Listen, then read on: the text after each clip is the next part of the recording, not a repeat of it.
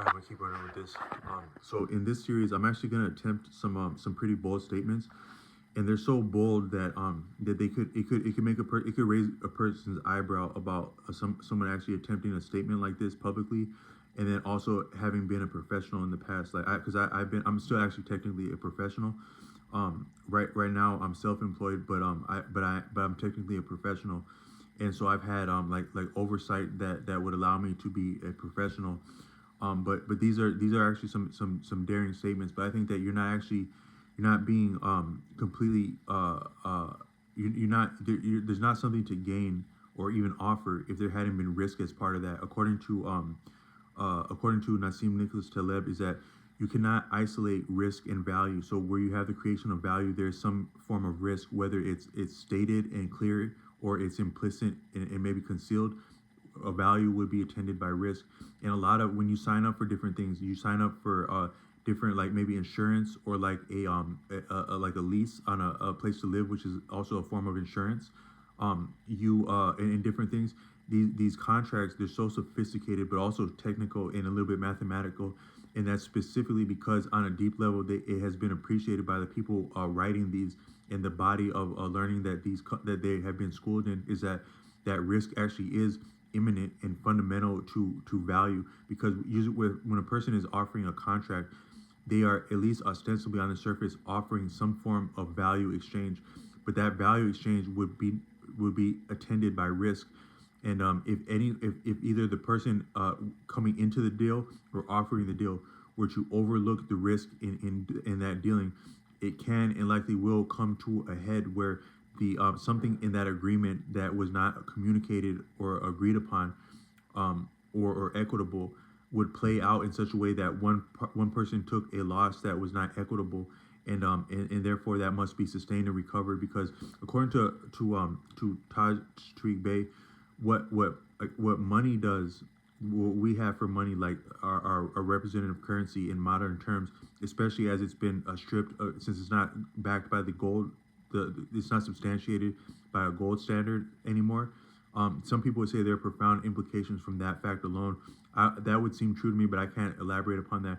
But what I can elaborate upon is that what is more so significant to people like Taj Tariq Bey is that when we have different dealings and like people are trying to get up with us about something that we owed from 1997, it's not so much that there have been value loss, because a lot of that, like especially as we're away from the gold standard, what is presented as cash or money is very arbitrary and to a large degree worthless, and that's actually appreciated by a lot of people that really have what you would call wealth.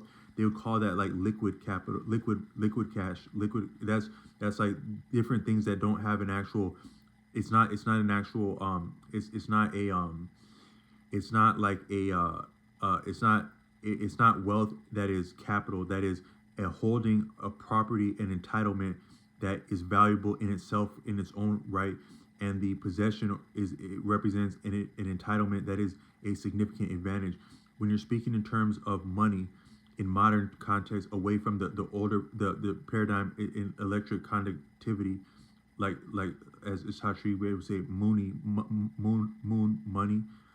When you're talking about representative currency, finance, fiat, you're more so talking about accounting at that point, and it's just an accounting of the value is the value that it has is simply leverage. Is that if you offer this much finance in different economic at different points in a society's health and economics, that the economics is like the status of the households, and the because a lot of your wealth is all things according to Arthur Avalon. Anything that's dynamic, kinetic, that is moving, it must have a static support, a base, and the base is probably more so significant than what's dynamic. But you can't have something dynamic without something that's static, nor static without dynamic. One of the coolest things I ever had examples at was I had a manager at a pizza store, and he was like a very masculine person, like very masculine, but also very graceful and almost feminine. He was almost completely feminine and masculine in one person, and he was completely active and poised. He was very active and poised, An example would be that he would, a lot of times the store would get flooded with orders, and there weren't enough part of that is they're always trying to mitigate labor to make the most profit. So many places don't want more people on hand at any moment than is absolutely necessary to be efficient, to be productive, viable. More so than efficient is viable and profitable. What is viable and therefore profitable is more important than what's efficient. And that's why a lot of things don't work, because you're not supposed to. Because as long as we can get by with this and get the most profit out of it, that's what flies. That's what works. Not just does something work for the sake of working. So he would be in that predicament, and he understood the high baseball on a lot of levels, and he just sucked it up because he really appreciated his title as manager. He would work 18-hour days, 20-hour days. He barely had enough time to rest, but damn it, he was a manager, and he appreciated that. But he was very efficient as a manager and had decades of experience doing that. And so he understood what it was about and what it took. So a lot of times the store would be getting flooded, and he'd be doing things as a human being, a mortal person, man or woman, should not be able to be as efficient as he was.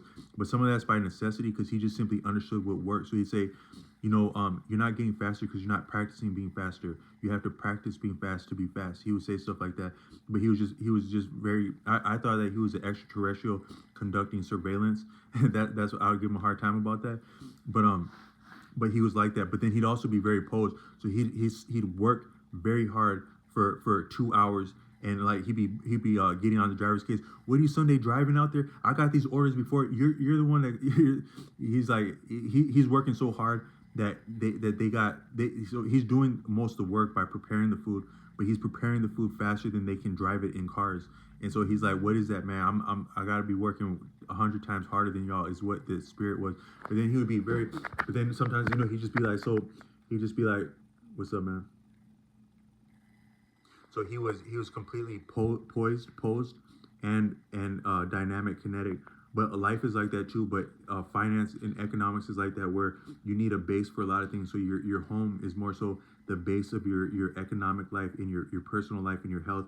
Where do you rest at night? Where do you therefore have a standpoint and foundation to do your broader activity? It comes down to the rest. Whether you are an athlete or you're a productive person or a professional, it's going to come down to the rest. Your productivity is actually a function of your rest, which is the significance of a home. So when a person says a person is homeless, they don't say moneyless, they say homeless, because the home, the foundation, that's a form of capital. That standing, holding advantage, that's more so significant than whatever liquid that is currency that comes into one pocket and out it comes into one pocket and it falls out a hole as quick as it comes in. There it is, liquid. But there's a difference between liquid finance and capital that is wealth. But what is more so significant is that it's like a conduit, and it's like currency. But and then the value of currency as we have it is the leverage that it affords. But now it's actually losing some of its leverage. So sometimes you do deals now, and it doesn't actually matter how much finance you give people, because what's more so significant is what leverage you have in that dealing is more significant than even the money. And the money can be an afterthought and secondary to the real leverage. That's significant. That's a higher degree of like management and like business dealings, when you're dealing in terms of real value, that is real leverage. How much value does fiat representative currency really have? How much value does relationships have? How much value does leverage have as a function of relationships and representative currency? So you get actually at a certain point, you actually you can't be truly successful without implications of politics, that is relationships. But the finance is more so, what's significant about it is that it has the value of leverage, but it's an accounting of the available advantages. So it's more so when people are pissed off about things like bill collectors, you owe this or that. What's more so significant is the accounting, because the so-called debt, it can be released with the click of a button, and if it suits a purpose, sometimes your what you owe is simply deleted, because it was expeditious. It was more expeditious in terms of accounting to release that debt than to enforce it. But had it been more more advantageous to enforce it in terms of accounting, not value, but accounting, then it'll be pressed to the letter. And that actually explains why sometimes billions of dollars of debt can be released or eased, and then $3 can be pressed at gunpoint and then have a sheriff at your door to evict you if the accounting is off.